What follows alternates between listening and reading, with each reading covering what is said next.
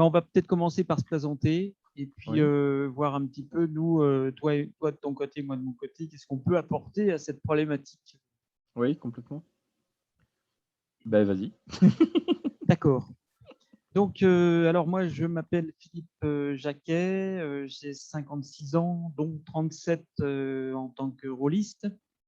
J'ai commencé en 84 avec Mega. Voilà, donc c'était un jeu de rôle simulationniste un petit peu. Et voilà, ça s'est très très bien passé, lui et moi.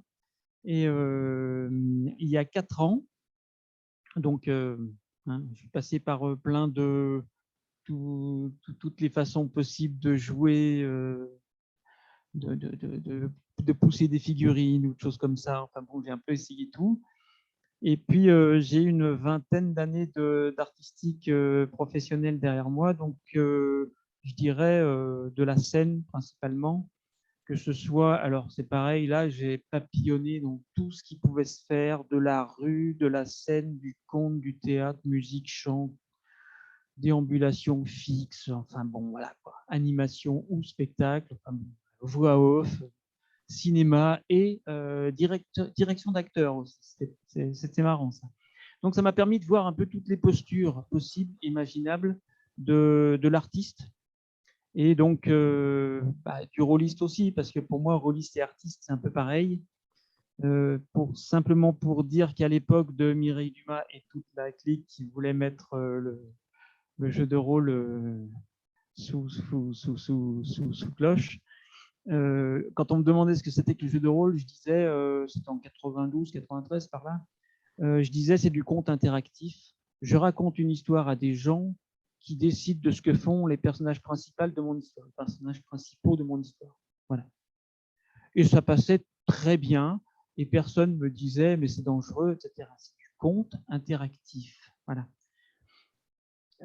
Donc il y a 4 ans, la fédération, la FFJDR a fait un appel à projet pour des projets un peu d'ouverture à d'autres publics. Et moi, j'ai proposé le jeu de rôle théâtralisé, c'est-à-dire du jeu de rôle sur une scène de théâtre, donc euh, une prestation artistique qui emprunte la mécanique du jeu de rôle. Voilà. J'en dirai pas plus parce que Mais à partir de là, ça fait depuis 4 ans que je travaille sur tout ce que peut amener cette pratique de cette manière, euh, que ce soit psychologiquement, que ce soit en développement personnel. Qu'est-ce qu'on travaille, quelle est la relation qu'on a nous et notre personnage. Et ça, je suis pas encore au bout de creuser la chose. Hein. Voilà. Donc je vais m'arrêter là. Je te laisse la parole, Olivier. Ben, merci. Moi, j'ai commencé un petit peu avant toi, avant Philippe, pour ce qui est des jeux de rôle, parce que moi, j'ai commencé très très tôt, quand il y avait encore en, en jeu que la version de base anglaise de Dungeons and Dragons, avec la traduction pirate. Voilà. Et donc, j'ai commencé comme ça. J'ai expérimenté plein de choses au niveau ludique aussi. Mes jeux de prédilection sont Rêve de Dragon, Ambre, In Nomine Satanis, Magna Veritas et les jeux de super-héros, dont j'utilise généralement les règles de DC Heroes, qui sont pour moi les meilleurs. Et il y a quelques années, j'ai créé un univers qui a été un petit peu la quintessence de ce que je pouvais avoir fait jouer dans tout ce que j'avais fait jouer avant, c'est-à-dire la réunion des différents univers et des différentes dimensions parallèles que je pouvais avoir animées. Et dans cet univers-là, que j'ai fait jouer à distance, puisque mon joueur principal à l'époque était en Nouvelle-Calédonie, donc c'était un peu compliqué de faire une table. Dans cet univers-là, en fait, je me suis rendu compte que il y avait une relation un peu particulière qui s'établissait entre les personnages et les joueurs, dans la mesure où moi déjà, j'agissais en complète improvisation, je dirais, et je rebondissais sur ce que faisaient les joueurs, bien évidemment, et l'histoire s'imposait à moi. Et pour les joueurs, c'était un petit peu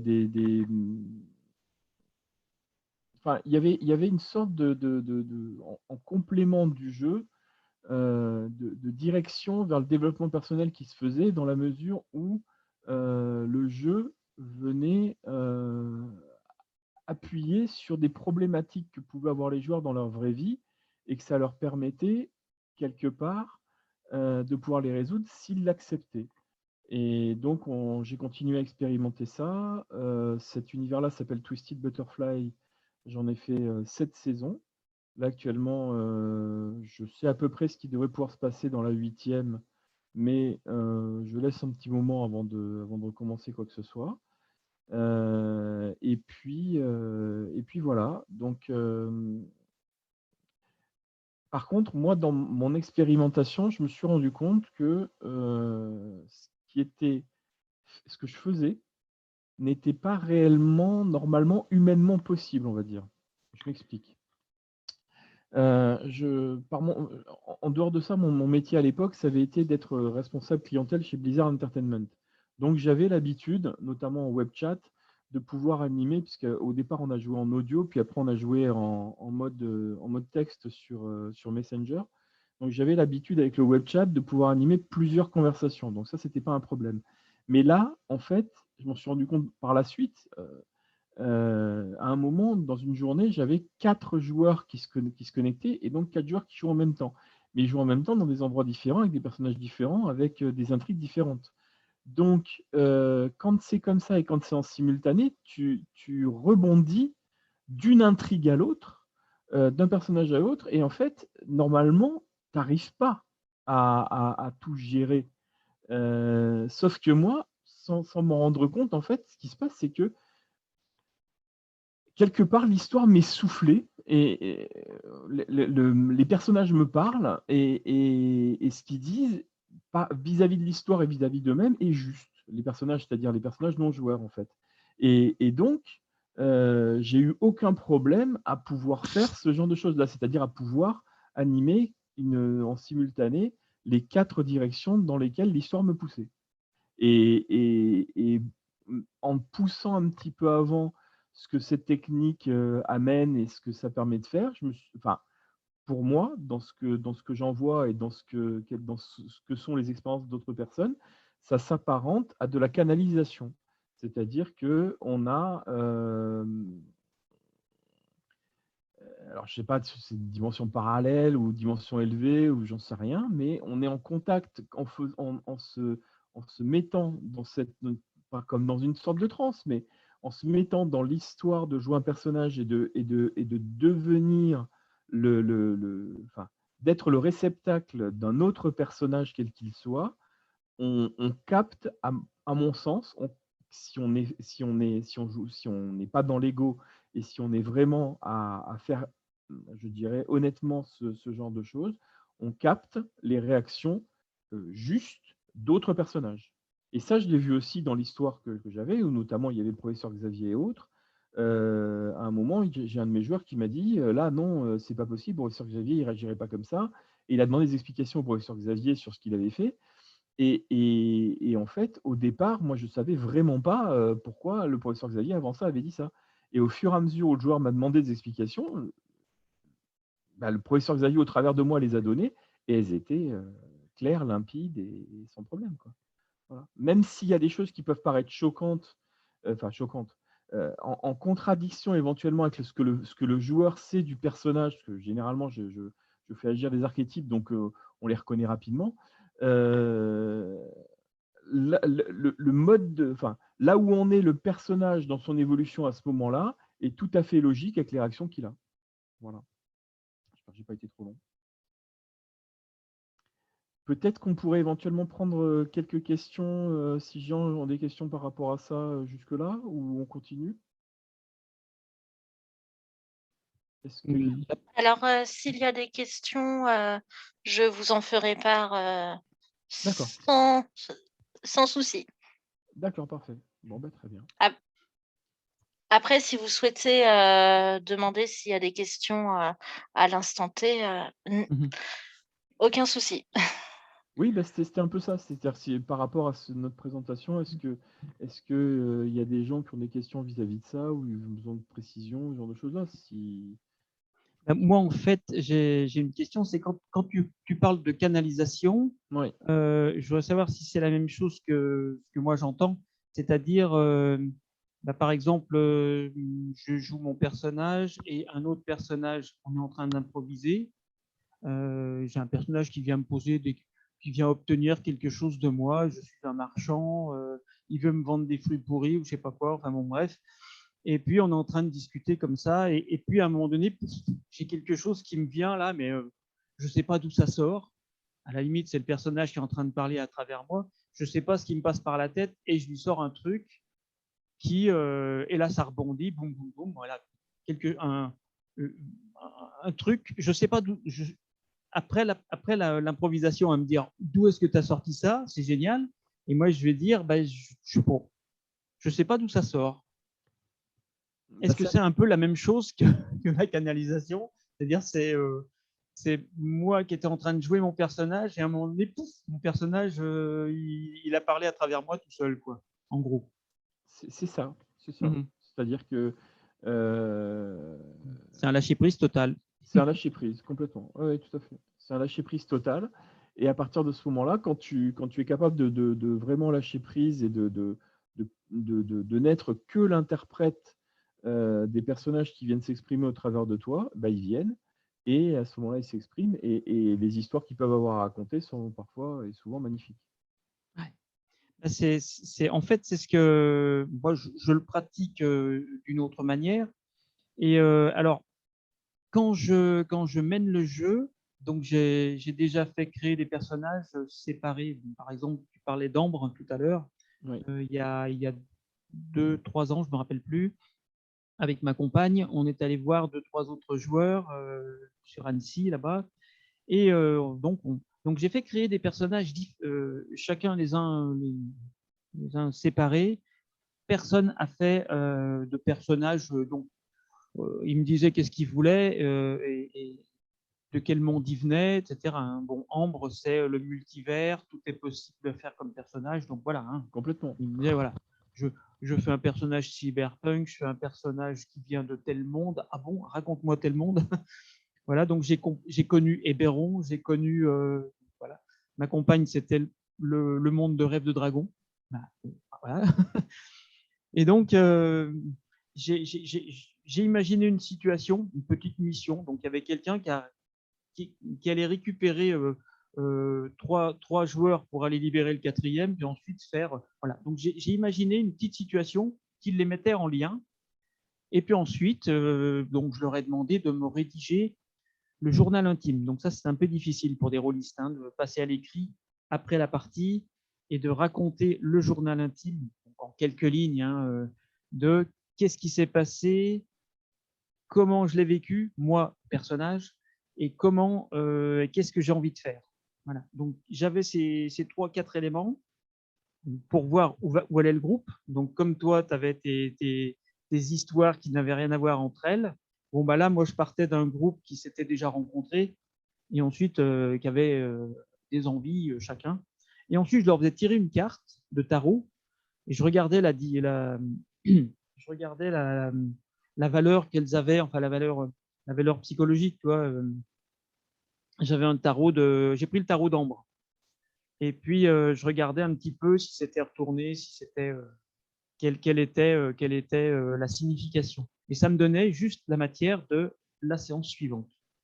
Et moi, j'avais juste à chercher la cohérence entre ces différents éléments. Je posais la situation sur la table à la séance suivante et on était parti pour 3, 4, 5 heures de jeu. Et je voyais où partait l'histoire. Et ensuite, donc, ils me renvoyaient la balle, je leur renvoyais la balle.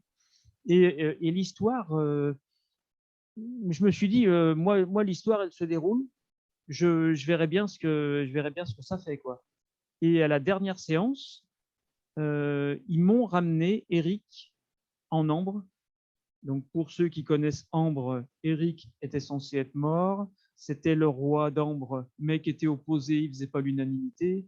et tous les autres, après la mort d'Éric, ont mis un autre prince sur le trône.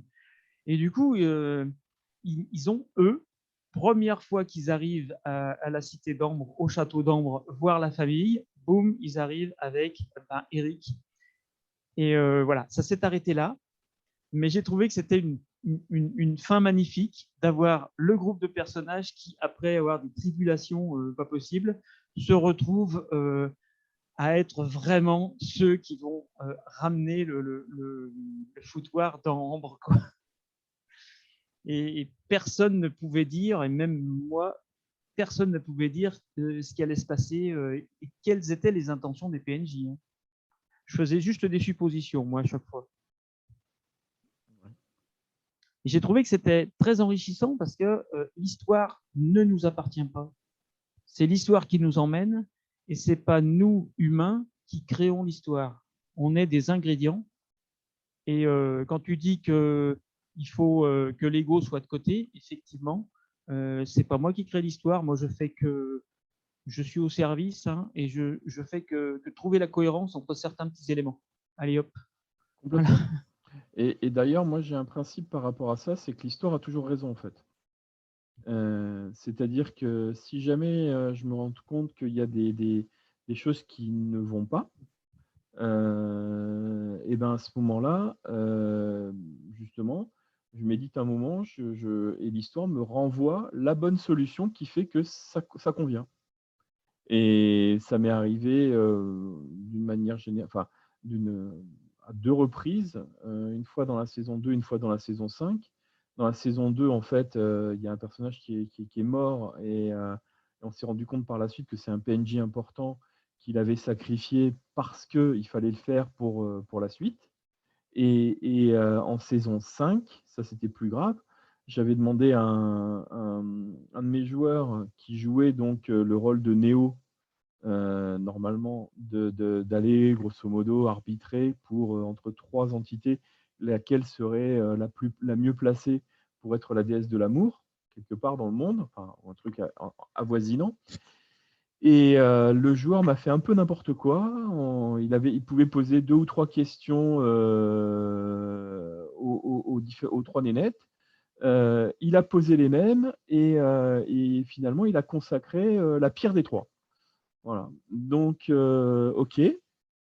Bon, après, il y avait un des joueurs qui était impliqué, donc il a pas laissé faire et les choses se sont passées différemment.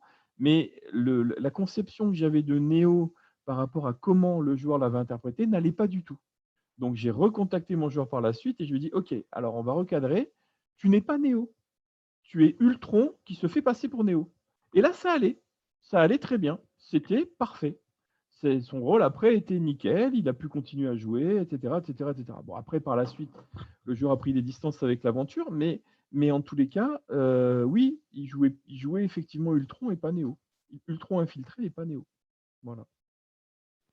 L'histoire a toujours raison. C'est vrai que là, dans l'histoire d'Ambre, tu as par exemple un personnage qui va arriver, qui va rencontrer des personnages et tu vois que là, il est positif parce que quand on a la carte renversée, quand on a la carte. Voilà. Donc là, il est positif. Bah, tu te dis, bon, ben voilà, hein, il va les aider. Tu sais pas pourquoi il les aide. Hein. C'est des princes d'Ambre. Hein, donc, ils sont tellement plus intelligents que moi qui ne suis que petit MJ humain. Donc, je me dis, bon, d'accord, il est sympa. Je comprendrai pourquoi il était sympa après, plus tard. Mais pour l'instant, voilà, il leur rend service, ok. C'est simplement ça. Hein. Le jour où il est pas sympa, eh ben, je me dis, tiens, alors peut-être il a été sympa au départ pour faire copain-copain et pour pouvoir être pas sympa plus tard. Ou bien est-ce que peut-être qu'il n'est pas sympa avec eux pour faire croire à ses ennemis que les personnages. Enfin, toi, tu peux monter, tu peux te monter le bourrichon comme c'est pas permis, mais tu dis de toute façon, il y a toujours une raison, une bonne raison pour laquelle, puis notre mental est très fort aussi. Hein, c'est après coup, on se disait, ah, mais c'était pour ça. Et puis c'est tout. Ça continue, quoi. Toi, ton personnage, à un moment donné, t'as dit, eh ben, il croyait être Néo, en fait. Oui. Voilà. Donc, il a agi et à un moment donné, il s'aperçoit qu'il ne l'est pas. Ou est-ce qu'il le sait encore? mais à un moment donné, tu te dis, bah voilà, tac, on change un truc. C'est la seule chose, c'est la seule façon qu'on a trouvé de, et ben c'est comme ça, c'est pas autrement, et puis on continue.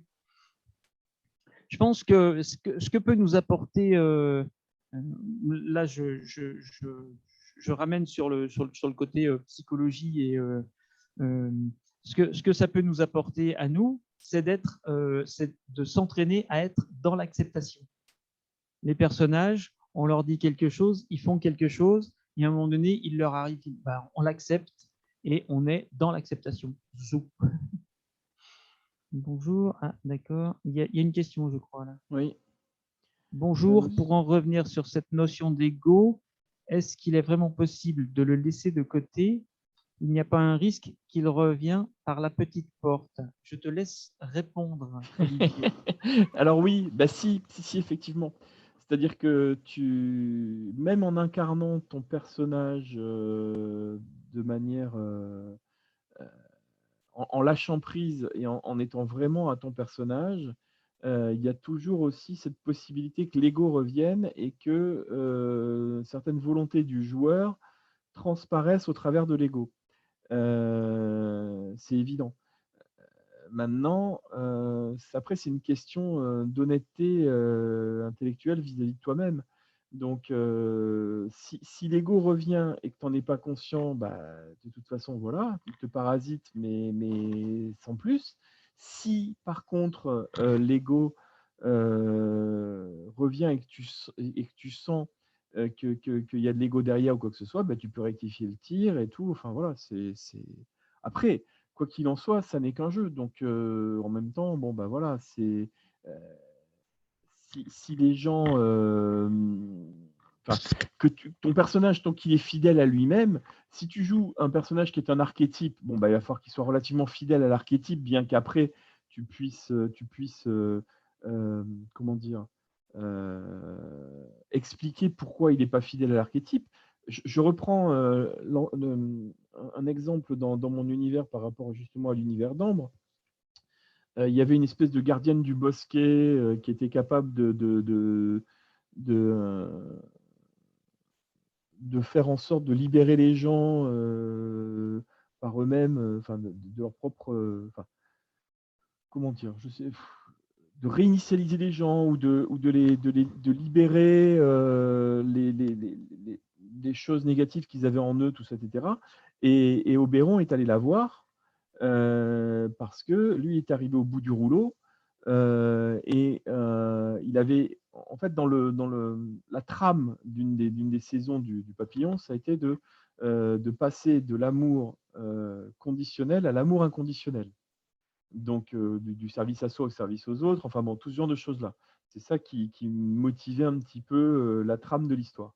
Et Oberon, il s'est rendu compte quelque part que ben, il avait fait que des trucs pour lui, quoi. C'est-à-dire que c'était le plus gros des égoïstes. Donc, il se rend compte que d'arracher l'œil du serpent, c'était pas la meilleure idée du monde, que tracer la marelle, c'était pas terrible non plus.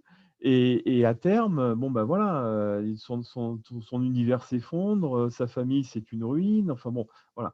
Donc lui, il était venu pour se sacrifier de manière à laisser vivre ses enfants.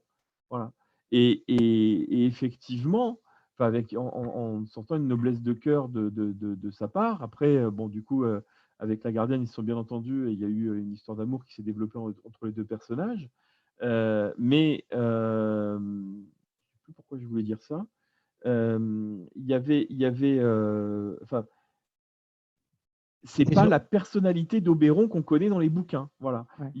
Mais après avoir vécu tout ce qu'il a vécu et après avoir réfléchi sur lui-même et de se dire effectivement cette histoire de Marelle et d'avoir arraché l'œil du serpent, c'était pas terrible. Et ben, il en était arrivé là. D'ailleurs, à la fin, c'est bon, il y a eu en saison 5 ou 6, quand on a remis le joyau du jugement sur la table et qu'autour de la table, il y avait le serpent, et que c'était celle qui avait réuni le joyau du jugement qui devait savoir à qui donner le joyau du jugement. On avait posé des questions aux 3 personnes éventuellement qui pouvaient prétendre récupérer le joyau. Il y avait Thanos qui disait bah, moi, c'est pas compliqué, je l'offre à la mort parce que je suis amoureux de la mort. Oberon, on lui avait demandé et lui avait dit vous me cassez tous les couilles, jamais je retracerai de Marel, donc vous allez tout vous faire foutre. Non, mais Oberon, c'est pas compliqué. Dans mon univers, j'ai pris comme illustration Léo Dagan. Parce que c'est vraiment ça, en fait. Pour moi, la quintessence d'Oberon, c'est ça. Moi, je dis merde, en principe, ça colle avec tout. Voilà. Voilà. Donc, à peu près, c'est-à-dire, voilà, tu ne vas pas emmerder Oberon parce que tu sais que tu ne pourras jamais jouer au plus con avec lui parce qu'il va toujours te battre. Donc, non, mais voilà. Et en fait, au travers de ça, après, il y avait aussi le serpent qui avait dit qui avait chanté qu'elle, de son côté, elle soignerait le monde, en fait. Et donc en fait, voilà, l'histoire. Et c'est ça qui est intéressant aussi, c'est de se rendre compte. Moi, j'ai lu un bouquin de Campbell qui s'appelle Le héros aux 1000 visages, où on se rend compte que on retourne et on re-raconte les mêmes histoires. Ouais. Oui, tout à Voilà. fait. Ouais. Et On va dire qu'on ne crée, on ne crée rien, on ne fait que recréer quelque chose qui a déjà été créé. voilà. Et l'intérêt, c'est justement on y apporte toujours quelques petites choses, on remélange des petites histoires entre elles. Et de toute façon, il y a toujours les mêmes ingrédients. Quand on prend la mythologie grecque ou quand on prend, on a toujours les mêmes choses. Hein. Et, Oui, mais et on dose et on fait notre petite alchimie. Et chaque histoire, ça reprend. quand tu retraces ça, parce que là, ça donne le vertige, quand tu retraces ça avec en gros la vie réelle ou ce qu'on peut avoir dans la vie réelle, c'est un petit peu, oui, ça donne le vertige parce que j'avais vu une fois c'était assez confondant, j'avais vu un texte où les types disaient, tu prends le script de Star Wars, tu prends le script de Harry Potter, en fait, si tu changes les noms des personnages, tu changes le nom des lieux, c'est la même chose. Ouais, c'est un peu ça. Voilà. Mais au-delà de ça, si tu regardes la trame de Kirikou, si tu regardes la trame de Vaiana, et si tu regardes la trame que moi j'ai fait développer dans le papillon au travers justement de cette histoire de l'œil qui a été arraché au serpent qu'il fallait lui rendre, c'est la même histoire. C'est la même histoire. C'est pour ça que comme on est toujours influencé par des choses, on est dans un bain d'images on est abreuvé. Donc le fait de faire en sorte de trouver le moyen que l'histoire n'appartienne à personne, c'est comme ça que qu'on peut arriver à, je veux dire, on aura toujours peut-être une histoire qui va nous faire penser à telle chose, ça va nous faire penser à telle chose aussi, mais elle aura décidé elle-même, cette énergie créatrice, de prendre telle ou telle forme. Nous, on n'est que des ingrédients, c'est tout. Et simplement, le dosage, il se fait en dehors de nous. Je voudrais juste revenir sur l'histoire de l'ego, le retour de l'ego qui revient par la petite porte, mais ce retour d'ego, il fait aussi partie de l'histoire. C'est aussi un ingrédient. Oui. Que quelqu'un, à un moment donné, il a envie d'exister un peu plus que son personnage sur la scène et que il le joue pas vraiment comme c'est marqué sur sa feuille, c'est pas grave. On peut dire tout à fait que son personnage, à un moment donné, il a pété un peu un boulon, et puis il y a une petite personnalité qui est venue, et puis peut-être qu'il va s'en vouloir après, ou pas, c'est tout. Oui, ou même des choses comme ça. Moi, j'ai une scène en tête dans le papillon qui me revient par rapport à ça, où tu te dis, sur le moment, le joueur semble ne pas faire ce qu'il aurait voulu faire, et le personnage, du coup, ne fait pas ce qu'il aurait voulu faire. Mais après, quand tu poses des questions, tu comprends pourquoi ça s'est passé comme ça. Et c'est bien. C'est justement ça qui est intéressant dans le jeu de rôle. C'est que c'est pas... Pour moi, ce sont des histoires qui sont en volume. Ce pas des histoires planes où il y a une personne qui va te raconter une histoire du début à la fin. Il y a des défauts par rapport à ça dans certaines histoires où tu te rends compte que tous les personnages, quels qu'ils soient, parlent comme le narrateur, en fait. C'est-à-dire sont aussi intelligents que le narrateur, sont sur le même style et tu n'as pas d'abrutis congénitaux, ou tu n'as pas de ceci, ou tu n'as pas de cela. Et c'est dommage d'arriver à retranscrire justement les différentes personnalités, les différents personnages, les laisser interagir avec toi, c'est assez génial, quoi. Il y a un de mes joueurs, à un moment, saison 7, il a demandé des trucs philosophiques à réponse, la princesse réponse, bah, il n'a pas été déçu, hein. Je veux dire, la nana, quelque part, c'est une blonde écervelée, mais elle avait quelque part des réponses aussi avec des profondeurs mystiques. Pourquoi pas? Faut voir. Voilà. Est-ce que ça répond, Emmanuel, à ta question par rapport à l'ego? Ou bien?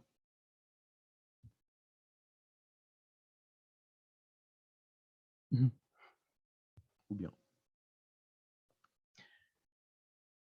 En tout cas, enfin, D'accord. je vais peut-être en. Oui, je regarde si mon micro. Oui, ah oui, d'accord. Oui, ce que je voulais dire, c'est le côté hypnose. On va être un petit peu embêté, je pense, Olivier et moi, pour en parler.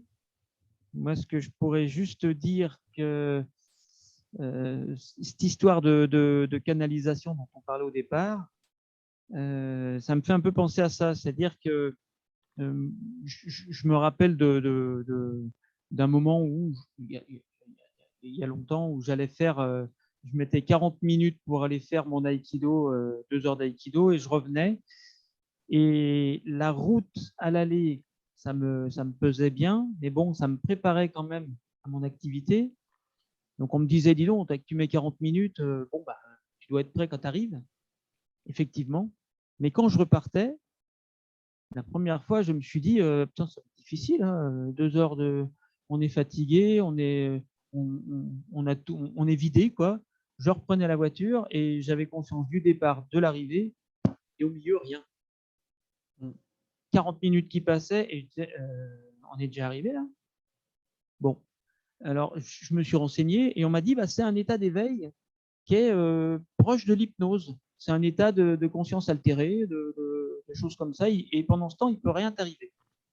S'il y a quelque chose qui se passe, pouf, tu vas avoir le super bon réflexe, tu es éveillé, tu es aware, comme dit Jean-Claude Van Damme.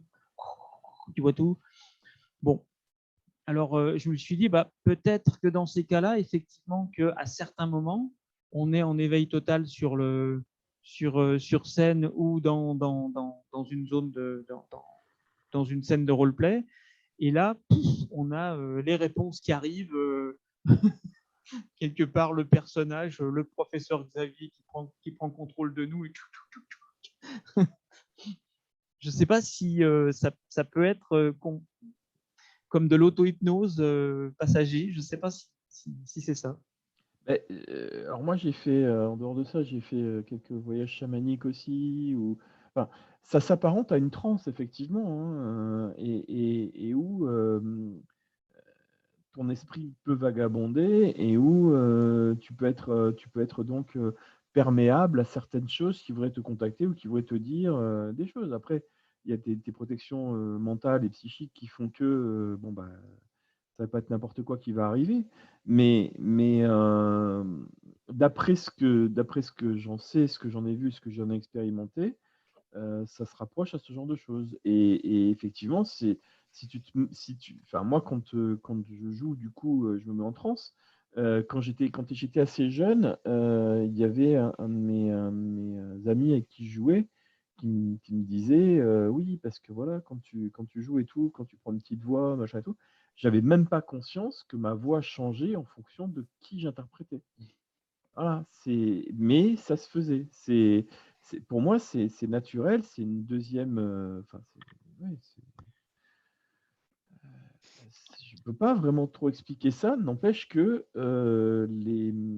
les personnages peuvent interagir autour de moi. C'est Garance qui parle de Ouais. état de dissociation hypnotique. Voilà, Mm. quelque chose qui peut tous nous arriver naturellement, rôliste ou pas. Est-ce que tu veux intervenir si ça dérange pas Ah non, non, bien Philippe sûr. et Olivier à l'oral? Oui, oui, complètement. Je pense que ça peut être très intéressant. Oui. Moi Bonjour.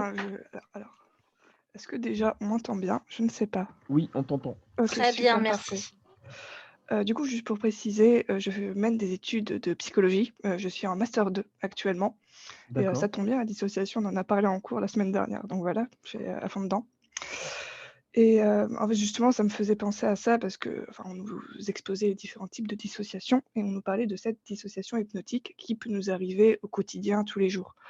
Ou ça vous est peut-être probablement déjà arrivé, ou par exemple, vous êtes en cours, vous êtes à une réunion de travail, vous êtes dans les transports en commun et vous vous emmerdez peut-être un peu et votre esprit part. Et quand vous revenez à vous, quand vous revenez à votre état de conscience, vous vous rendez compte que 10 stations sont passées, que 30 minutes sont passées, que vous n'avez rien écouté du tout et vous ne savez pas exactement où était votre esprit, à quoi vous avez pensé, ni rien. Et c'est normal, c'est naturel et ça arrive. Et justement, ils ont nommé ça dissociation hypnotique. Donc, ne pas s'inquiéter, c'est pas grave et tout, mais justement, vos témoignages m'ont fait penser à ça, à cet état. Et, D'accord. et peut-être que cet état de... Je suis désolée, j'essaie de me souvenir du mot de concentration où les personnages vous viennent naturellement sans avoir à y réfléchir plus que ça. Peut-être que c'est aussi une forme de concentration suffisamment intense La qui peut canalisation. peut-être aussi se rapprocher de ça. Merci. Voilà, c'est tout pour moi. Ok. Merci. Merci Garance.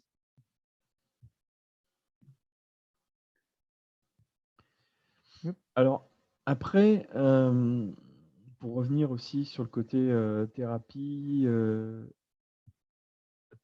et autres, est-ce qu'on peut soigner des choses alors attends, il y a Emmanuel qui a dit aussi un truc. Qu'est-ce que le flow? L'état de flow correspond à une expérience optimale. Il définit celui-ci comme un état psychique dans lequel se trouve un individu fortement engagé dans une activité pour l'intérêt intrinsèque qu'elle représente. D'accord.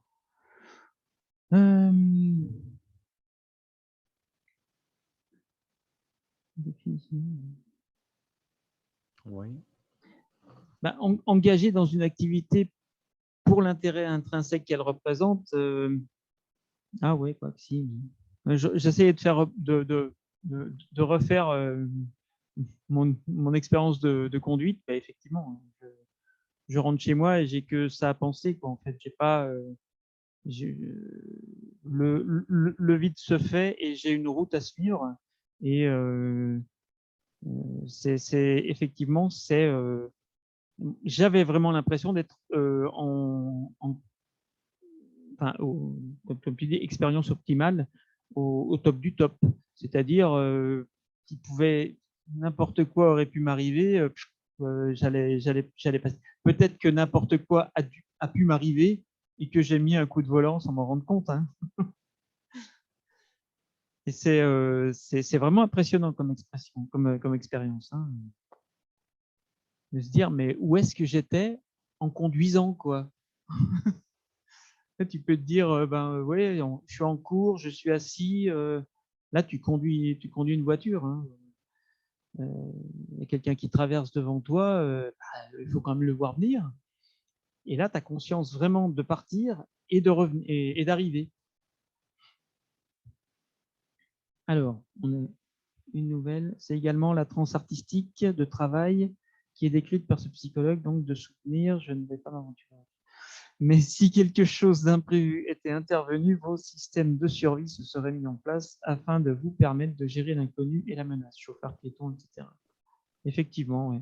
C'est ce qu'on m'a dit. Hein. On m'a dit, dans cet état-là, il ne peut rien vous arriver, vous aurez toujours la bonne réaction. Mais il me fallait quand même 2 heures d'aïkido à fond et il fallait vraiment que que la fatigue soit là, quoi. Il fallait vraiment que le mental dégage. Le cerveau est intelligent quand même, oui.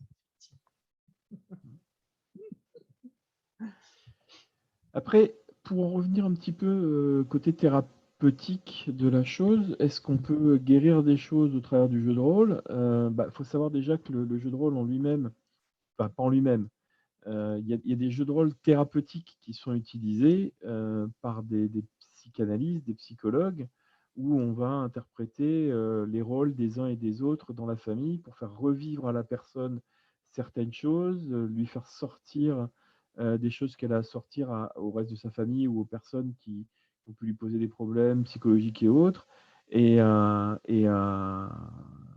et donc, ça existe déjà. Maintenant, dans un jeu de rôle plus récréatif, est-ce qu'on peut arriver à guérir des choses ou à avoir un développement personnel qui se passe? Je le pense, mais pour l'instant, il n'y a pas réellement des choses qui se font dans ce sens de manière professionnelle, on va dire. Enfin, à ma connaissance, hein. Et en dehors de ça, oui, un parallèle que moi je fais, c'est, je ne sais pas si vous connaissez le principe, les constellations familiales. Quand une personne fait ça, elle se retrouve avec d'autres personnes qui ne sont pas du tout de sa famille, voire même qu'elle ne connaît pas du tout. Et ces personnes-là se retrouvent quelque part à incarner des gens de sa famille. Donc, du coup, avec juste des descriptions de comment est la personne, ou quel est son type de caractère ou autre, et manifestement, il y a des choses vraiment pointues qui arrivent à sortir. Et quelque part, on se retourne a priori sur de la canalisation où les gens vont interpréter tel ou tel membre de la famille et bien souvent, ça tombe juste.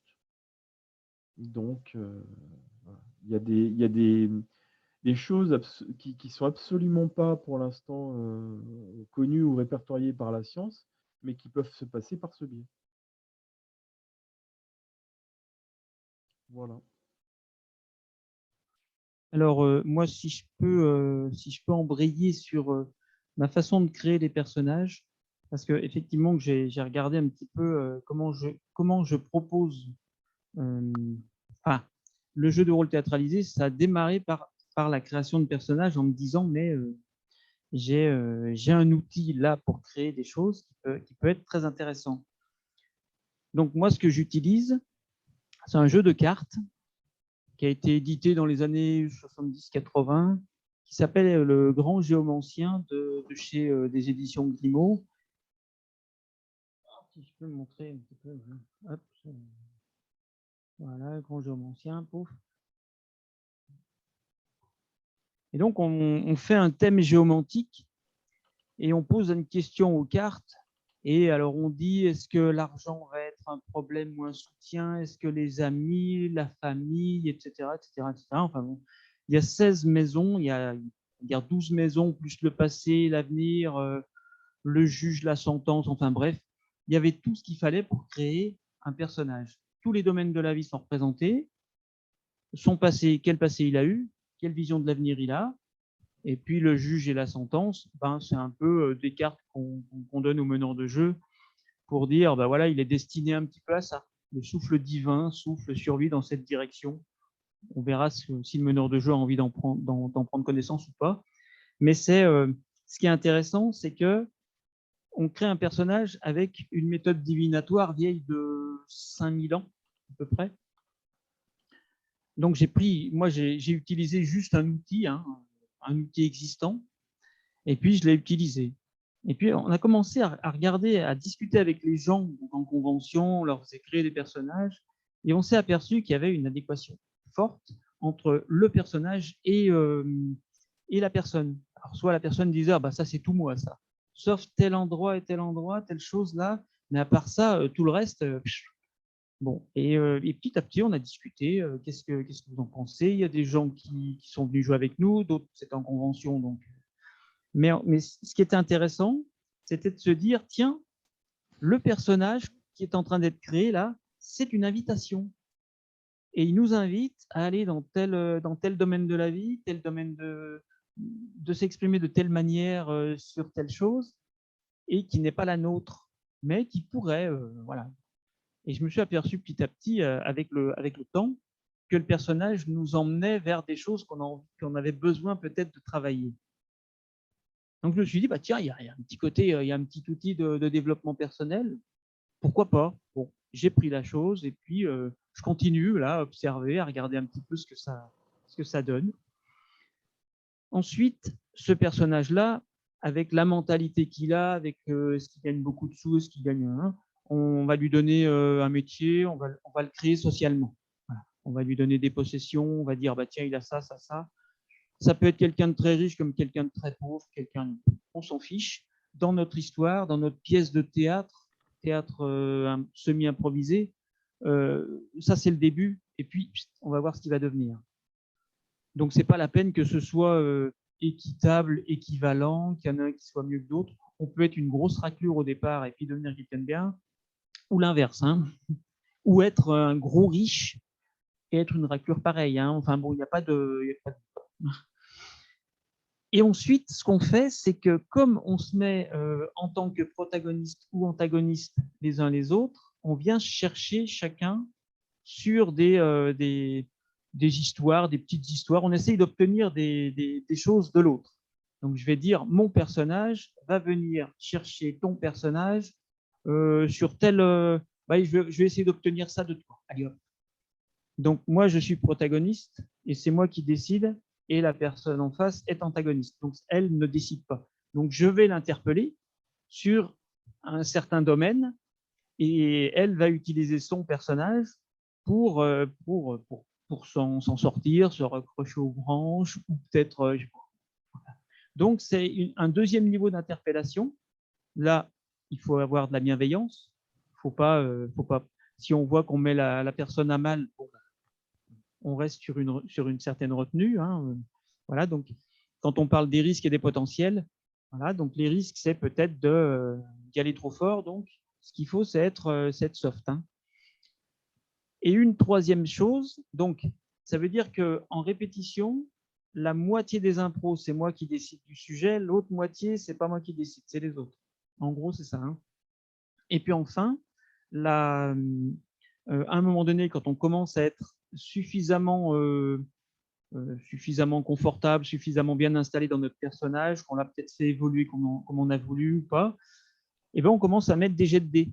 C'est-à-dire que je vais chercher l'autre, je vais essayer d'obtenir quelque chose, mais je mets un jet de dés pour savoir est-ce que ça va réussir, est-ce que ça va prendre du temps, c'est-à-dire est-ce que l'autre va dire oui tout de suite ou non tout de suite, ou est-ce que il va tourner autour du pot pendant quelques minutes, à savoir qu'il faut qu'on tienne quand même 5 minutes. On peut être 5 minutes d'accord tous les deux, hein, à savoir comment est-ce qu'on va être d'accord.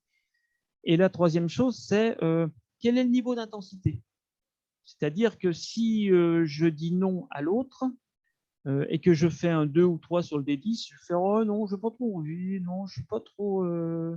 Par contre, si je suis sur un 8 ou 9, je vais dire ah non, non, vous m'agacez, là, allez, fichez-moi le camp, bien remballer votre truc, là, j'en veux pas du tout. Voilà. Donc, ça va être le niveau de discussion. Et donc, on se retrouve sur des improvisations à figure imposée, à résultat imposé. Et on se retrouve, même si on est en opposition, si les personnages sont en opposition, on est tous les deux pour arriver au même résultat. Donc, ça nous place, le jet de dés vient nous placer tous les deux complices, les deux comédiens, comédiennes, tous les deux complices pour obtenir le résultat que nos deux personnages vont peut-être s'invectiver. Voilà. Donc, on a 3 niveaux d'interpellation et je trouve que ça vient quand même bien nous chercher là où il faut. Et voilà, tout en ayant quand même, hein, parce que je suis éducateur spécialisé de formation, donc je sais quand même qu'il faut quand même toujours être dans la bienveillance et que si quelqu'un se trouve mal, hop, on arrête, on discute. À chaque fin d'improvisation, on discute. Comment on l'a ressenti de l'intérieur, de l'extérieur, etc., etc. Oui, je pense que Voilà. c'est important de débriefer ce qui peut se passer en partie et autres. Bon, c'est vrai qu'il y a maintenant aussi des solutions, des garde-fous avec les solutions de confort psychologique autour de l'histoire et tout ça, et que c'est pas si évident que ça, parce que des fois, l'histoire, justement, va pouvoir nous pousser normalement à faire jouer des choses qui sont pas forcément très sympas à jouer, mais bon, qui doivent logiquement arriver au personnage, donc c'est compliqué après de confronter le joueur à ça. Maintenant, bon, c'est que une histoire par rapport à un personnage, donc faut pas non plus partir sur... Enfin, il y a des joueurs qui peuvent s'impliquer et qui peuvent trouver ça compliqué à jouer aussi. C'est pas simple. Moi, j'avais justement dans les aventures du papillon, il y avait une fois où il y avait un méchant qui allait s'attaquer à une femme enceinte, enfin une de mes joueuses qui était enceinte. Et du Alors, coup, excuse-moi, les aventures du papillon, toi, c'est ce que tu as créé sur Twisted cette Butterfly, saison, oui, c'est ça, sur D'accord. l'univers que j'ai créé, ça s'appelle Twisted Butterfly, donc j'appelle ça le monde du papillon. Parce que je Donc, pense il me semble qu'il y a une personne ou deux, il y a Maurice, je crois, qui est arrivé entre-temps, et, ouais, et je ne sais pas si elle sait. il faut nous dire si jamais ça suit pas ou quoi, mais c'est sûr qu'en arrivant en cours, c'est moins simple. Et Vous n'hésitez pas à reposer la question en disant voilà, s'il y a quelque chose que vous ne comprenez pas, parce que c'est vrai que des fois, on part un petit peu dans nos histoires, et peut-être que si on prend quelques minutes pour recentrer la chose, voilà. Excuse-moi, Olivier. je t'en prie. Et en fait, j'avais prévenu ma joueuse avant de faire jouer cette scène-là ou quoi que ce soit, que ça allait pas être simple à jouer et que si jamais à un moment ou à un autre, ce serait vraiment compliqué pour elle ou quoi que ce soit, il faudrait qu'elle me le dise et à ce moment-là, on verrait comment aménager la chose. Et il s'est trouvé que pendant la scène, ça s'est relativement bien passé, c'est-à-dire qu'elle a supporté le choc, mais elle m'a quand même dit bah, c'est pas terrible, enfin, c'est pas joyeux ce que tu me fais jouer. Et je lui dis bah oui, en même temps je t'avais prévenu, et par contre c'est logique dans l'histoire et tout ça, etc. Et puis après, bon, bah, ça s'est terminé, que ça s'est quand même bien passé. Elle a surmonté la chose, mais voilà.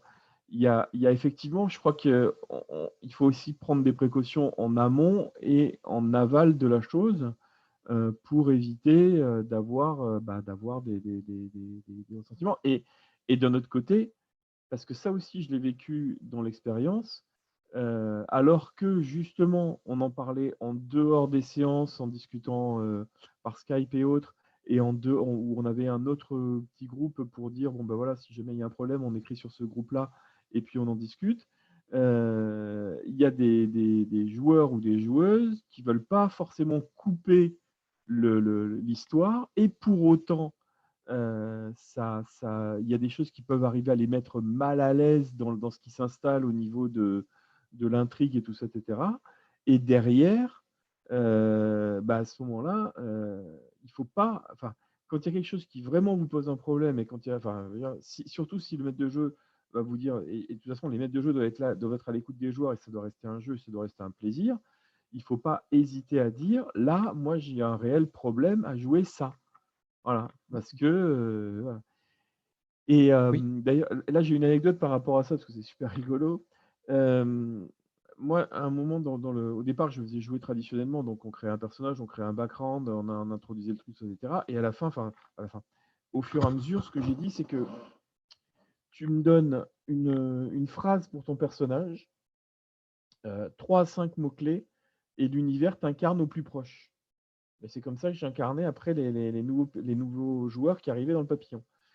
Et à un moment, donc j'ai un ami que j'avais recroisé dans ma région de naissance, là, vers Cannes, qui était du coup intéressé pour venir dans le papillon et tout ça. Je fais ce genre de choses-là avec lui. Il me donne la phrase, les mots-clés, et on tombe sur un personnage qui correspond tout à fait à ce qu'il avait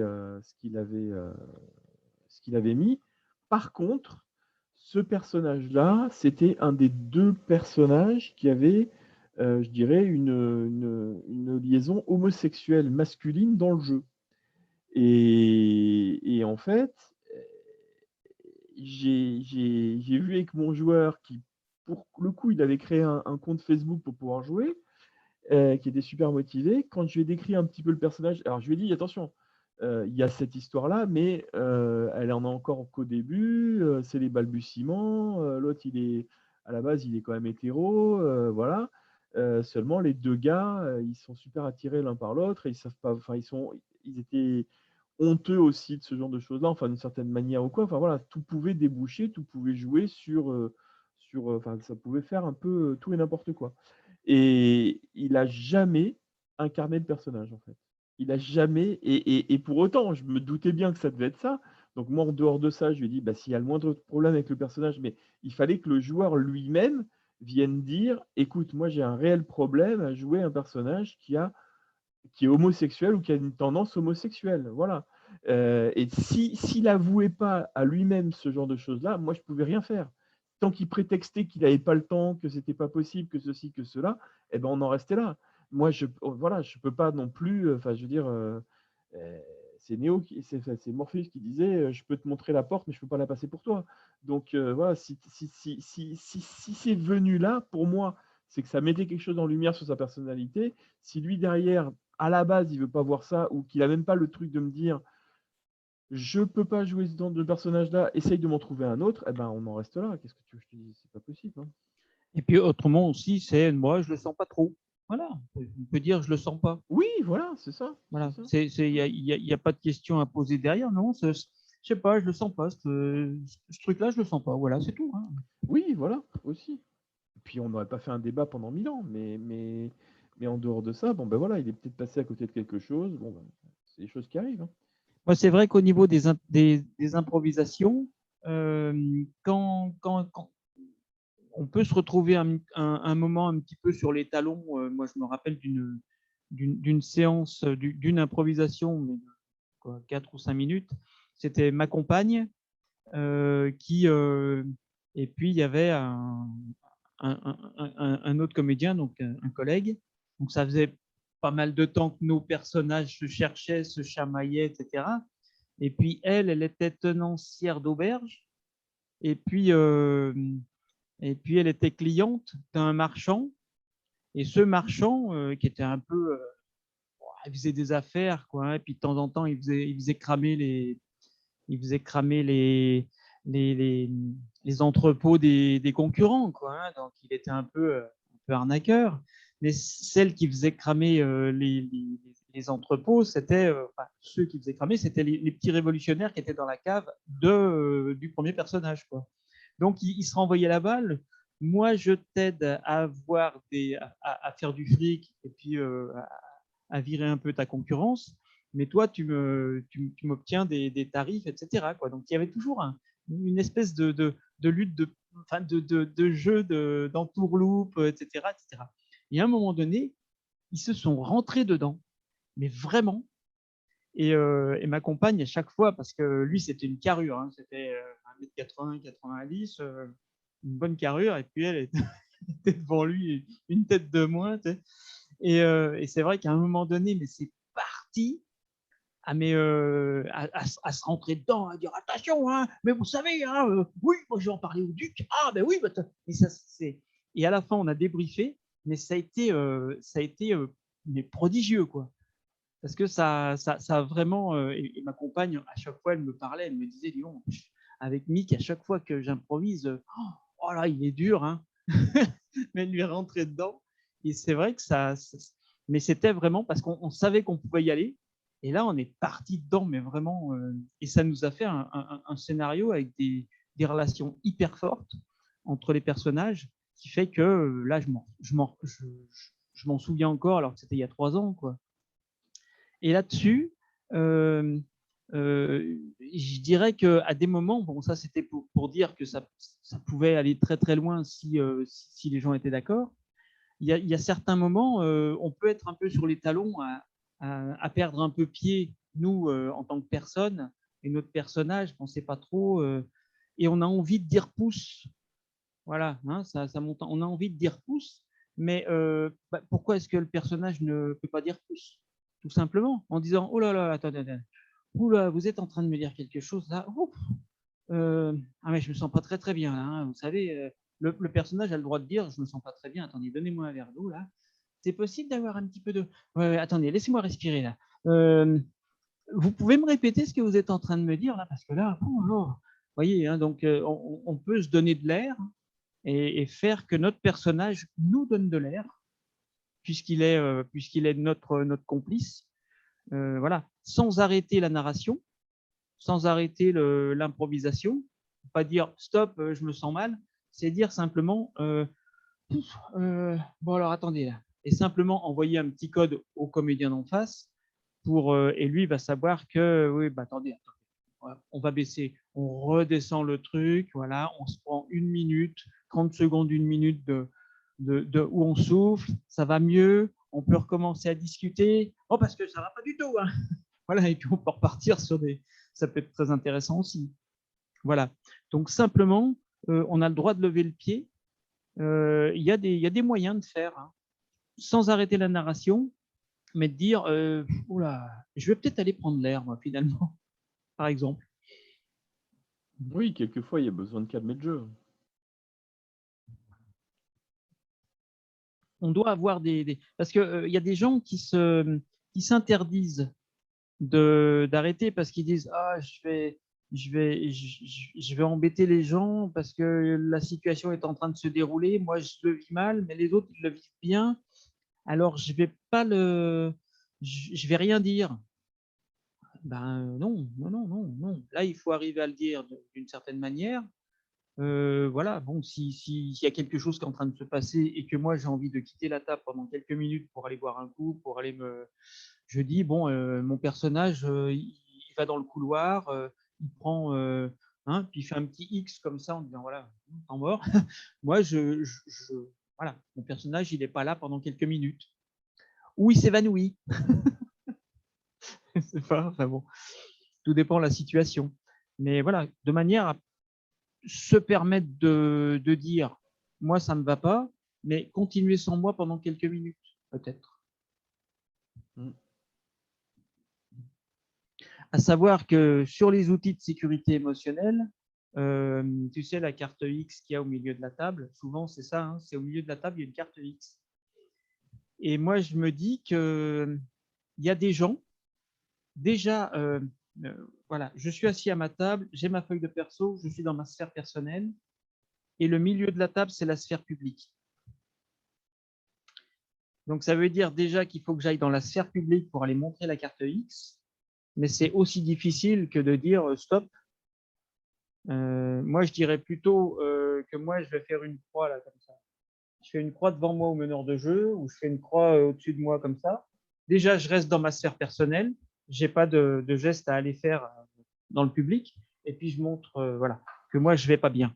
Et le meneur de jeu, ensuite, lui, il voit ça, il dit OK, et il écourte les choses et puis il passe à autre chose. Voilà. Simplement ça, moi, je trouve déjà que le milieu de la table, c'est déjà la sphère publique et c'est déjà difficile d'y aller. Voilà. Je sais pas si ça vraiment, ce genre de choses-là, ça c'est vraiment avéré en partie ou il y a eu une utilité à ce genre de choses? Enfin, moi, de toute façon, c'est compliqué, à avoir ce genre de choses-là, vu que j'ai pas de table matérielle, donc il y a pas forcément de cartes et bien souvent, je fais jouer des solos, donc on peut en parler, tout de suite si jamais il y a le moins de problèmes, quoi. Ouais. Oui, là, le personnage n'est pas embêté pour Oui. gêner les autres personnages. C'est ça. J'ai dans le papillon, ça a été, le plus souvent, des parties à un joueur, de temps en temps 2, assez rarement 3. J'ai eu une table de jeu où je faisais jouer ma famille, donc il y avait mon fils, il y avait mon épouse, et il y avait, 2 autres joueurs et où, bah, comme c'était un groupe où il y avait, principalement des enfants, c'était pas le même niveau de menaces et autres, que le reste de l'intrigue, donc ça allait, quoi. C'est des parties où tu te demandes pourquoi le Père Noël est démotivé, donc ça va, tu vois. C'est plutôt sympa. Voilà. Mais après, je sais pas, moi j'ai pas trop d'expérience avec ces histoires de trucs émotionnels. Je sais pas si ça fonctionne vraiment, s'il y a vraiment besoin. Si... T'as eu des choses, toi, où t'as eu des joueurs qui ont été mal à l'aise à ta table ou quoi, ou Non. qui ont Moi, pensé moi que ça allait trop loin, ou comment ça se passe? j'ai pas eu à l'utiliser, j'ai pas. Mais c'est vrai que bon, il y a eu d'autres tables il y a eu des témoignages comme quoi il y a des choses qui se sont mal passées. Donc, suite à quoi on a réfléchi, chacun a réfléchi un petit peu à dire si je dirais qu'il y a des gens qui ne savent même pas que telle scène va leur procurer un mal-être. Voilà. Donc là, effectivement, on ne peut pas faire grand-chose, hein, mis Bah à oui. part je suis en direct et puis je dis stop. Stop. Voilà, là, la situation, je ne peux plus. Il y avait eu une situation comme ça. Je crois qu'il y a un podcast qui s'appelle La Cellule.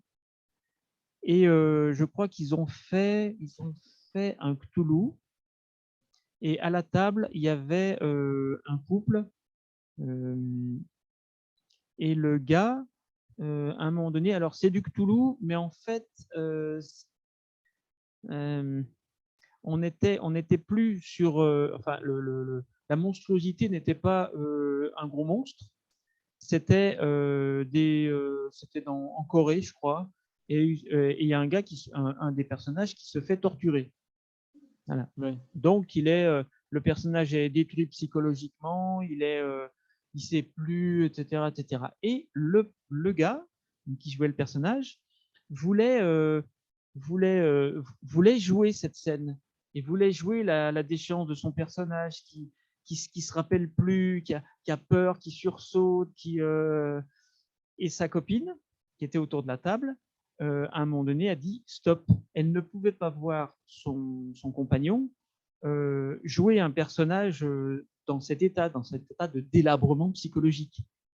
Et s'en est suivi une discussion d'une heure. Enfin bon, moi j'ai pas, ils en ont parlé après parce qu'ils ont fait un débriefing. Donc ce qu'on a pu entendre, c'était le débriefing de la partie. Mais c'était intéressant de se dire ah bah tiens, il y a un couple et il y en a un qui veut aller au bout de l'histoire de son personnage et l'autre qui dit non stop, je peux pas te voir dans cette situation-là. Et bon bah ça, personne ne pouvait surtout que quand on est dans du Cthulhu, bon, on sait qu'à un moment donné il va y avoir des gros monstres avec des trucs où nos personnages vont devenir fous, etc. Mais là, la menace, elle était humaine. Et le décalage, il est complètement. Et ça veut dire qu'en fait, mon voisin, il a 2 bras, 2 jambes, comme le méchant de mon histoire. Et donc, là, le contrat de l'appel de Cthulhu n'était plus respecté. C'est-à-dire que la menace, c'est pas des monstres, c'est des humains. Et voilà. Donc là, comment tu veux savoir, à un moment donné, il faut dire stop. Tu peux pas. Oui. Oui, complètement. Et ça arrive, hein, ça arrive. Il y a, bon, maintenant dans les parties, les parties du roll event, etc. Tu as déjà dans les scénarios, des gens ils disent alors c'est de la violence de tel type, il peut y avoir ça, il peut y avoir ça, il peut y avoir ça. Voilà. Les trucs choquants qu'il peut y avoir, par exemple. Et puis les gens après ils savent que donc ils s'inscrivent ou ils s'inscrivent pas. Et puis ensuite, ils peuvent dire au meneur de jeu moi, j'ai pas trop envie de telle chose et de telle chose. Est-ce qu'il y en a beaucoup dans ton scénario? Donc le meneur de jeu, il peut dire bon, voilà. Après, c'est ce qui est préférable, c'est la discussion d'avant, quoi. Oui, mais moi je trouve que ce qui est un peu embêtant, c'est que ça casse complètement la spontanéité ou quoi que ce soit, quoi. Tout ça. Après, bon, voilà, quand tu sais que tu fais jouer avec des gens qui sont pas là pour mettre à mal d'autres personnes ou poser des problèmes, voilà, c'est. Enfin, je sais pas. Est-ce qu'après ces trucs-là, ça fait pas des boucliers non plus pour les joueurs? Parce que du coup, tu dis bon, il y aura pas vraiment beaucoup de violence, ceci et cela, et si le joueur après lui-même il fait des trucs complètement répréhensibles, du coup, il y a personne qui peut l'arrêter ou ceci ou ça. Enfin voilà, je sais pas. En Moi, fait, tout dépend où la table va, quoi. Souvent, ce qui se passe, c'est quand il y a une personne qui arrive, Puis elle dit oui, pas de problème, c'est une enquête policière, pas de souci, etc. Quoi. D'accord, ouais, on va enquêter, policier, on se tire un peu des flingues, il y a des bandits qui nous tirent dessus, on leur tire dessus, on leur court après, on les chope, on leur met 2-3 tartes, youpi, etc. Bon. Et puis dans la scène, il y a un gars qui commence à dire ouais, alors moi je lui pète le nez, et puis alors après la lèvre, et puis alors après je lui pète un genou. Là, il y a la personne qui dit ouais, mais non, attendez, moi non, je je suis pas venu jouer pour qu'on démolisse un bonhomme à coups de marteau. Enfin bon, donc ça, à un moment donné, il peut y avoir une scène choquante euh, qui est peut-être pas très intéressante qui va peut-être faire kiffer un ou deux gars de la table et qui va peut-être pas être très intéressante. On peut dire bon bah le bonhomme je le torture jusqu'à ce qu'il parle, hein, je fais au bout s'il faut, hein, si c'est jusqu'à la mort, puis c'est tout quoi. Et là on n'a pas choqué personne, hein, voilà. Oui, après on définit le degré de granularité de la chose Voilà. et en fonction, voilà, c'est bien souvent en détaillant pas les choses, oui, complètement. Moi On met dans le dans flou le artistique. Et puis... Oui, voilà, dans le papillon, moi, c'est ce qui se passait parce que bien souvent, dans le papillon, il y avait des implications romantiques qui pouvaient se passer et selon les joueurs, bah, ça pouvait juste se dire: «Bon, bah, voilà, les 2 personnages passent un bon moment» ou alors il pouvait y avoir, des descriptions plus poussées, qui se font, voilà, après c'est une question de sentir, le joueur, ce qui l'avantage, ou ce dont il a envie et puis voir aussi si soit on est prêt à y répondre ou pas, et puis voir, voilà. De toute façon, c'est comme ça que ça fonctionne, hein. La personne fait un signe, elle montre le X, et le meneur de jeu, voilà, il se débrouille, lui, il fait pas paf, on finit, on passe à autre chose. Il dit bon, d'accord, donc tu fais ça, ça, ça, ok, ça marche. Et on passe à la scène suivante. Donc il jette le flou artistique, il a ses petits trucs à lui, et puis voilà.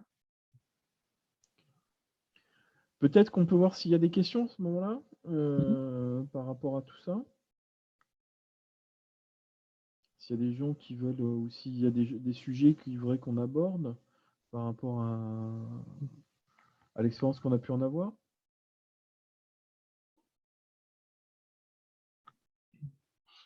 Moi, tout ce que je sais, c'est que ce qui m'intéresse dans le jeu de rôle, c'est qu'on puisse se laisser porter et embarquer par l'histoire. Oui. Voilà. C'est le groupe qui ne décide pas d'où va l'histoire, mais chacun amène un petit truc, et puis on s'aperçoit que bah, c'est parti dans cette direction, ça va dans cette direction, ça revient, ça repart. Il y a des imbroglios, il y a des choses. Ok, allez hop. Ce qu'on fait en théâtre, en jeu de rôle théâtralisé, c'est ça. On fait des improvisations. Alors, on décide de l'époque, on va dire, et d'un lieu. Par exemple, telle ville en 1890. Et puis, donc, ça nous donne tout de suite un petit truc. On crée nos personnages dans cet univers-là. Et ensuite, on crée de l'histoire. Et puis, on voit quelles sont les choses qu'on reprend d'une improvisation à l'autre. Et puis, on laisse faire. Puis à un moment donné, on s'aperçoit qu'il y a quelque chose qui commence à se construire pas mal, quoi. Il faut 3-4 mois. Alors moi, j'aurais peut-être une question. Vous avez peut-être déjà répondu plus ou moins au début. Mais est-ce que vous, personnellement, vous avez déjà été hypnotisé pour un JDR?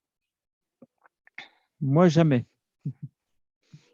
Moi, j'ai pas non plus été hypnotisé pour un jeu de rôle. J'ai déjà eu des séances d'hypnose pour aller voir dans les vies passées, mais pas dans le cadre d'un jeu de rôle. Mhm. Est-ce que ce serait quelque chose qui vous intéresserait, si ce serait quelque chose de faisable? De quoi? D'être hypnotisé dans le cadre d'une partie de jeu de rôle? Tout à fait. Et dans quel but? Dans le but d'être plus dans le personnage, de vous mettre vraiment à 100% dans le personnage. Moi, je me sentirais dépossédé, en fait. Moi, en fait, en lâchant prise, je suis déjà complètement, Ouais, Mm, mm. je complètement l'entends. voilà, donc enfin, moi, ce que je sais de l'hypnose par rapport à l'ouverture spirituelle, c'est Mm, que l'hypnose, tu te rajoutes une couche de mental, en fait. tout à Et au fait. et au contraire, la voie que je prends, tu te mets en contact avec, donc le côté spirituel, le côté astral, et à partir de ce moment-là, le mental, tu le laisses de côté. Et le gros avantage qu'il y a dans le jeu de rôle, c'est et qui pour moi peut avoir un côté thérapeutique, c'est que tu chointes le mental du joueur normalement quand tu joues au jeu de rôle. Et c'est-à-dire qu'il y a le spirituel qui va créer le faux mental du personnage pour te permettre de jouer, mais la communication peut se faire à ce moment-là d'âme, pour moi, hein, d'âme à âme, et à Mhm. partir de ce moment-là, on peut arriver à rentrer dans des choses un petit peu plus profondes qui peuvent arriver à faire comprendre des choses au niveau du développement personnel à la personne. Voilà. D'accord. Après, il y a une question de Garance Mm, mm. que je vois. Avez-vous déjà eu des scénarios où les joueurs et joueuses, ont pu retirer une véritable évolution personnelle du vécu de leur personnage? Donc, je reviens en arrière sur le sujet du potentiel lien entre thérapie et JDR. Donc, des scénarios où les joueurs ont pu retirer une véritable évolution personnelle du vécu de leur personnage. Moi, je répondrais bien. J'ai un jour dans notre association, il y a quelqu'un qui est venu, un jeune, et il causait pas, et il était persuadé de dire des bêtises. Il n'écrivait pas parce qu'il faisait 3 fautes à chaque mot, etc. C'était une catastrophe. Il le disait lui-même, il le dit encore lui-même. À l'époque, c'était une catastrophe.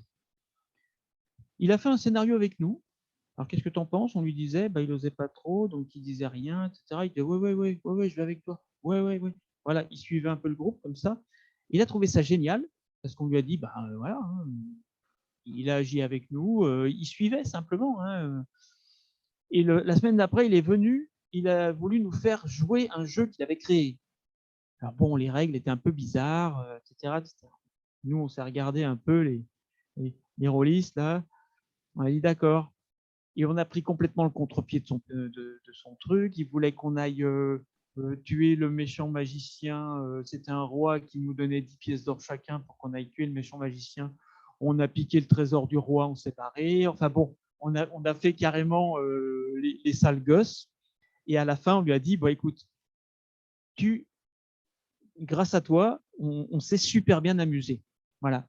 Maintenant, ton jeu, il faut que tu en prennes un qui existe. Donc, il a choisi Star Wars. Et il a lu tous les bouquins de Star Wars, des romans, les règles de jeu, etc. Il nous a fait jouer. Et puis, moi, je lui ai fait faire un personnage dans Rêve de Dragon. Et dans Rêve de Dragon, je peux vous dire que je l'ai sollicité à fond les gamelles. À un moment donné, il était sous forme de petit oiseau. Il avait il était sujet à de l'héroïsme forcené. Il devait foncer au combat en première ligne. Il était de la taille d'un moineau. Je lui ai demandé de faire le petit oiseau en colère qui fonce, quoi. Hein. Vous voyez, je lui ai demandé des trucs, mais qu'il a pu faire ou qu'il n'a pas pu faire. Et ce gars-là, au fur et à mesure, mais c'est devenu un mec qui a causé, qui a écrit, qui rédigeait ses scénarios, qui, à force de lire, bah forcément, on fait moins de fautes parce qu'on photographie les mots, mais en s'amusant. C'est vraiment moi, c'est une histoire de ma vie que je partage parce que je me suis dit ce jour-là, oh là, le jeu de rôle, ça peut avoir ça comme résultat. Waouh! Voilà, quoi. Et c'est vrai que c'est quelqu'un qui est sorti de sa coquille parce qu'il était vraiment mais renfermé, persuadé que tout ce qui allait sortir de lui, ça allait être de la mouise, quoi. Voilà. Mm. Bah, moi, de mon côté, je ne sais pas si on peut vraiment dire ça par rapport au vécu du personnage, mais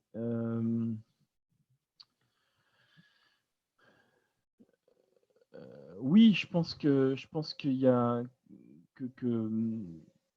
enfin, bon, au travers de la confiance en soi qu'avait pu prendre une de mes joueuses vis-à-vis de son personnage et bon, bah, après, du fait qu'on se connaissait bien avec cette joueuse sans s'être jamais rencontrés et que il y avait une confiance qui s'était installée entre nous. Ma joueuse était parachutiste, elle a eu une mauvaise expérience lors d'un saut en parachute, elle avait peur de remonter dans l'avion et autres, et j'ai réussi à lui faire lever cette peur en fait, en me basant sur des choses qu'avait vécu son personnage à elle, en lui faisant des parallèles avec l'évolution de son personnage, etc., etc., etc. Voilà. Donc, est-ce que ça rentre dans le cadre de ta question? Je pense. Et puis après,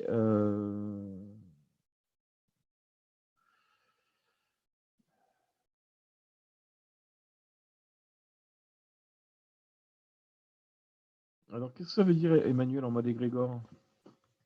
Tu veux dire quoi par là? Parce qu'un égrégore, c'est une certaine chose, mais... Je pense à moins qu'il me répondait, ça se trouve, je me plante totalement.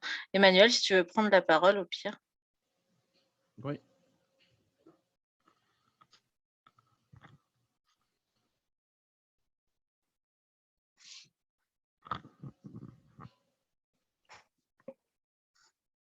Ouais, c'est ça, c'était bien pour eux me répondre. J'ai eu un doute. Alors sinon, c'est pas réellement dans le jeu, c'est une expérience personnelle et c'est un peu borderline, mais enfin borderline. C'est pas tout à fait par rapport au jeu, mais ça reste quand même dans l'interprétation de quelque chose. Moi, quand j'étais responsable de service clientèle de chez Blizzard et quand je devais répondre aux joueurs sur leur demande en jeu ou autre, j'avais parfois, à l'époque, un ton qui pouvait être un peu agressif.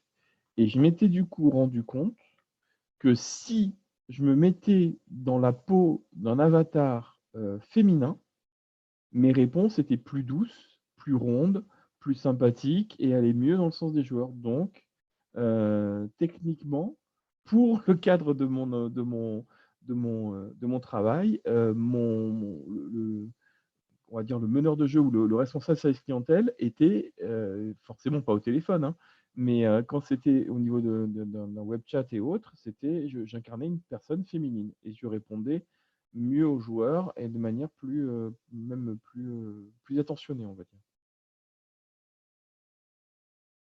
Il manquait de ça. Alors, j'ai aussi une autre expérience. Je reprends ma compagne avec mon collègue qui était costaud. Et en fait, elle avait besoin de se confronter à, à un gars plus costaud. Et en fait, elle s'est aperçue petit à petit qu'elle travaillait la relation à son père. Et, et elle avait besoin d'aller lui rentrer dedans et qu'il y ait quelqu'un en face qui lui renvoie aussi, parce que son père était bon, militaire, etc., une éducation un peu à l'ancienne, dure, etc. Et il fallait que ça règle des choses, quoi. Et elle me disait, mais c'était à chaque fois, c'était épuisant, c'était difficile, mais c'était on ne peut plus gratifiant en même temps.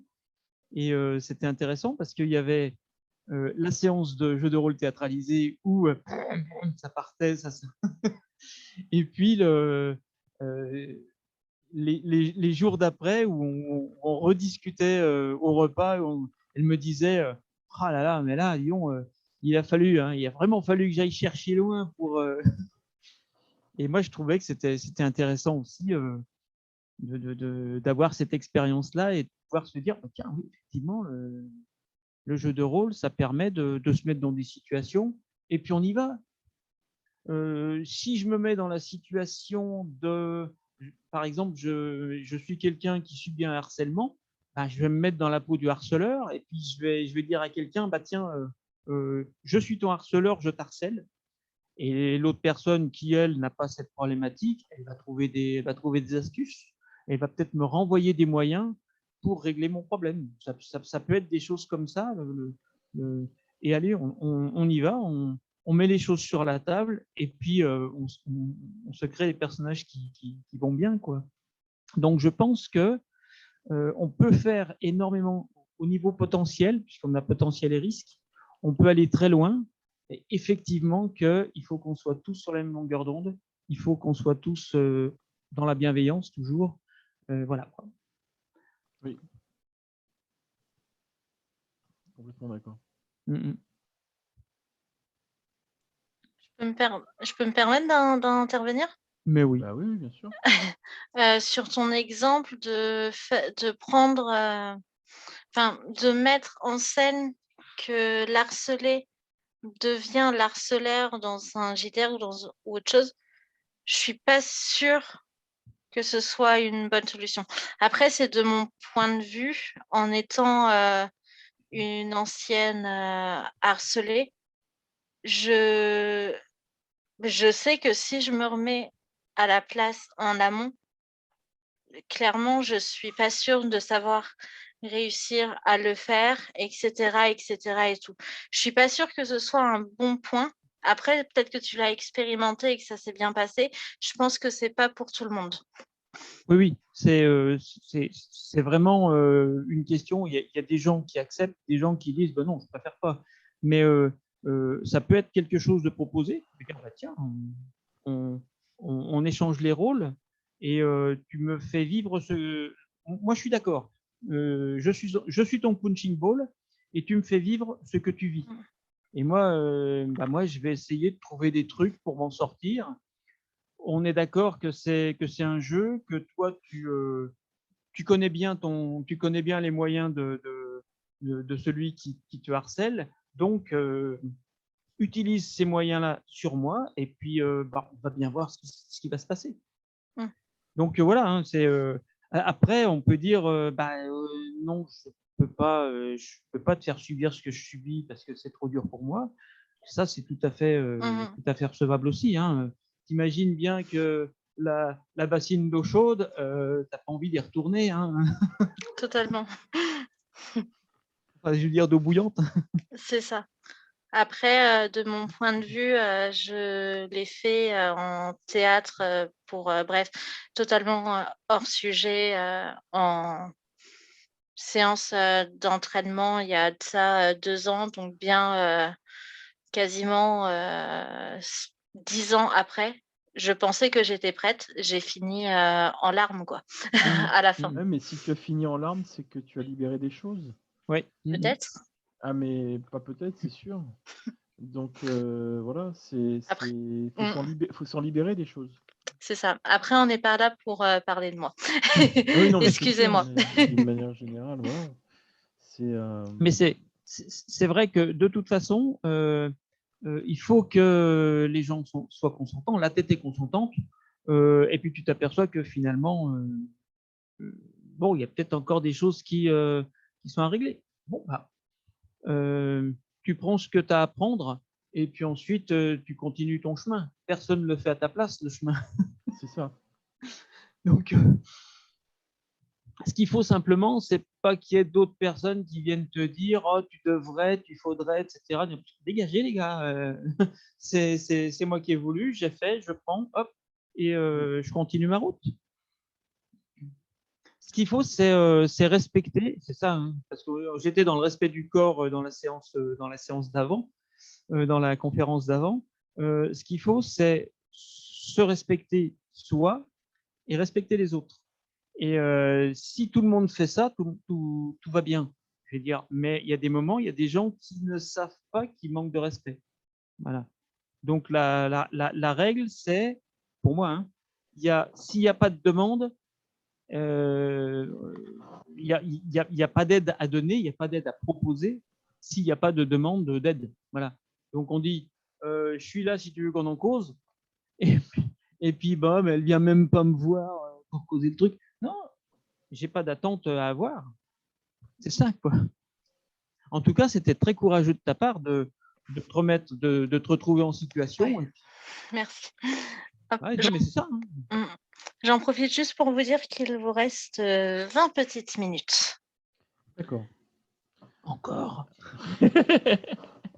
Ouais, enfin, voilà, oui, je rejoins un peu le truc. En même temps, voilà, moi je crois qu'on a fait un peu le tour du sujet. Donc après, s'il n'y a pas forcément d'autres questions, je sais pas si On peut quitter avant s'il n'y a pas d'autres questions. Si vous, de votre côté, vous avez fait le tour du sujet. Moi, je voulais dire un petit quelque chose, parce que j'ai noté un petit truc en haut là. Moi, je suis compteur professionnel. Et ce qui est intéressant, c'est le compteur professionnel, professionnel ou pas, hein, mais le compteur, il a toujours un répertoire d'histoires qu'il est en train de raconter. Une petite vingtaine de contes là. Et puis il y en a qu'il a arrêté de raconter parce que ça lui. Voilà, c'est passé dans les oubliettes. Il y en a certains qu'il est en train de travailler, mais c'est pas encore prêt. Mais il y a ces petits contes fétiches là, ceux qu'on a vraiment quand on nous dit bah, raconte-nous une histoire. Ah bah il y a celle-là qui sort, allez hop. Et ben quand on regarde toutes ces histoires là, on se dit tiens c'est marrant. J'ai des histoires là, elles traitent tous de ce sujet-là ou de cette relation avec tel avec un parent, etc., etc. Et ben c'est comme ça qu'on est.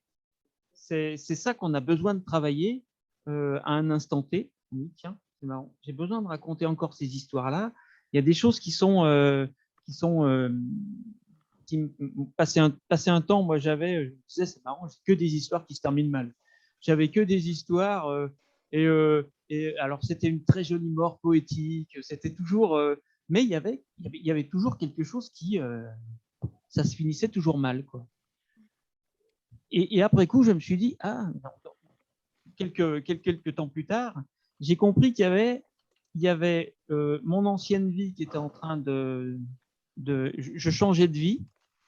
Et il y avait quelque chose qui était en train de mourir pour laisser place à quelque chose d'autre, de meilleur, parce que de toute façon, ce qui vient toujours après, c'est toujours meilleur. J'en suis convaincu, hein. C'est moi qui le dis seulement.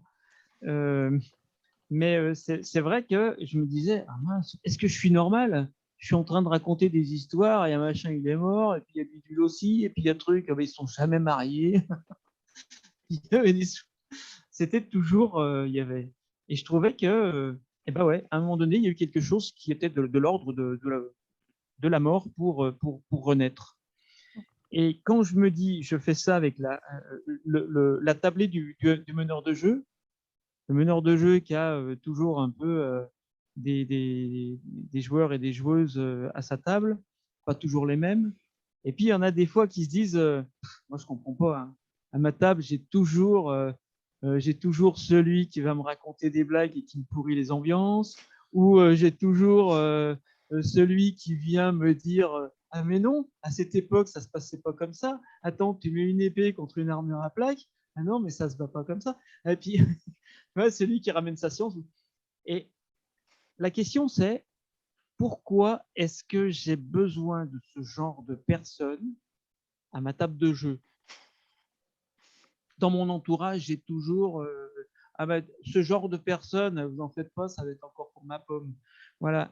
Pourquoi est-ce que j'ai besoin de ce genre? Qu'est-ce qu'ils viennent m'apporter? Qu'est-ce qu'ils viennent interpeller dans ma vie? Quelle fragilité j'ai peut-être qu'il faudrait que où je change de posture?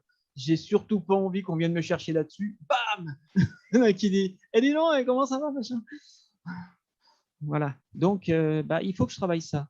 Voilà. Et toutes les petites tracasseries de la vie, ce sont des interpellations qui nous disent là il y a peut-être un truc à gratter, il y a peut-être un truc à améliorer. Voilà moi ce que je dirais. Olivier, à ton tour. En fait, il y a Garance qui demande à ce qu'on. Bien sûr, oui. Sur un Oui, oui. Voilà, donc si on peut avoir un lien par rapport à ce. C'est prévu, c'est prévu. Voilà, eh ben, sans impeccable. souci. Et puis après. Un petit mot de la fin? Un petit mot de la fin? Ouais, un petit mot Euh, pour conclure. ouais, d'accord. Eh ben, impeccable.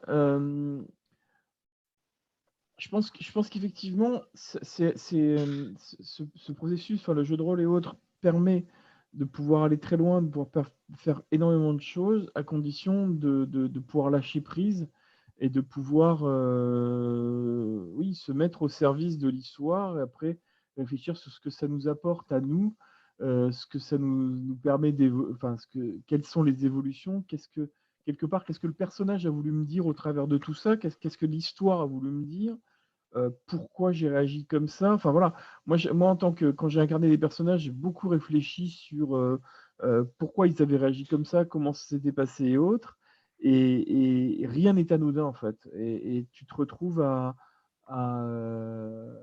te dire et à mieux te connaître au travers des personnages, quoi, tout simplement. Et c'est génial parce que ça permet de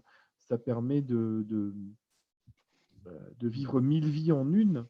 Et d'ailleurs, il y a une des personnes que je suis au niveau spirituel qui s'appelle Christophe Alain, qui avait justement rencontré un agent secret qui lui avait dit c'est pas compliqué pour évoluer spirituellement, il faut vivre 1000 vies en une. Voilà. Donc le jeu de rôle, à peu de frais, permet de pouvoir se projeter dans plein d'autres existences et du coup, dans celle-là, de pouvoir évoluer par soi-même. Voilà, voilà. Alors, mon petit mot de la fin, je vais un petit peu dans le même sens. Je dirais qu'il y a une manière de faire quand tu fais ton jardin, c'est éco-participation. C'est-à-dire, moi, jardinier, je ne suis qu'un ingrédient du jardin. Je suis même des fois un perturbateur. Et le jardin, il doit me survivre. En fait, c'est ça son travail. Moi, je suis un ingrédient du jardin. Le meneur de jeu, il est juste la même chose. C'est-à-dire, chaque joueur apporte le terreau. Et puis, le meneur de jeu, il vient juste gratouiller un peu par-ci, simplement être là, voir si ça pousse bien. Donc, en fait, c'est un peu de l'éco-narration. Et l'histoire, c'est à l'histoire de nous emmener vers un ailleurs qui va nous faire grandir. Et chacun de nous, chacun de nous du groupe qui vit cette histoire, va grandir, va découvrir des choses sur nous, sur soi, sur les autres aussi. Et c'est pour moi une tablée de jeu de rôle qui se suit. Il faut que ce soit comme ça. Moi, c'est comme ça que je kiffe le truc. C'est qu'on ne sait pas où ça nous emmène. On a juste les ingrédients, l'époque, euh, le, l'univers de jeu, et puis les personnages. Et puis allez, on y va. Et puis on rajoute des petits ingrédients, on tire des petites cartes, on jette un petit dé par-ci par-là, et ça crée des péripéties. Ce qui fait que on est dans du narrativo, simulo, ludo, enfin bref. Il faut se laisser emmener par l'histoire, et parce qu'on sait elle sait où il faut qu'on aille. En tout cas, merci à tous. J'espère que la conférence vous a plu autant à l'écouter qu'à y participer et à l'animer. Je vous fais un rappel que le Roll Event est là pour des dons à Opicloun, Théodora ainsi que les Blues Roses. Je les oublie à chaque fois alors que j'habite en France.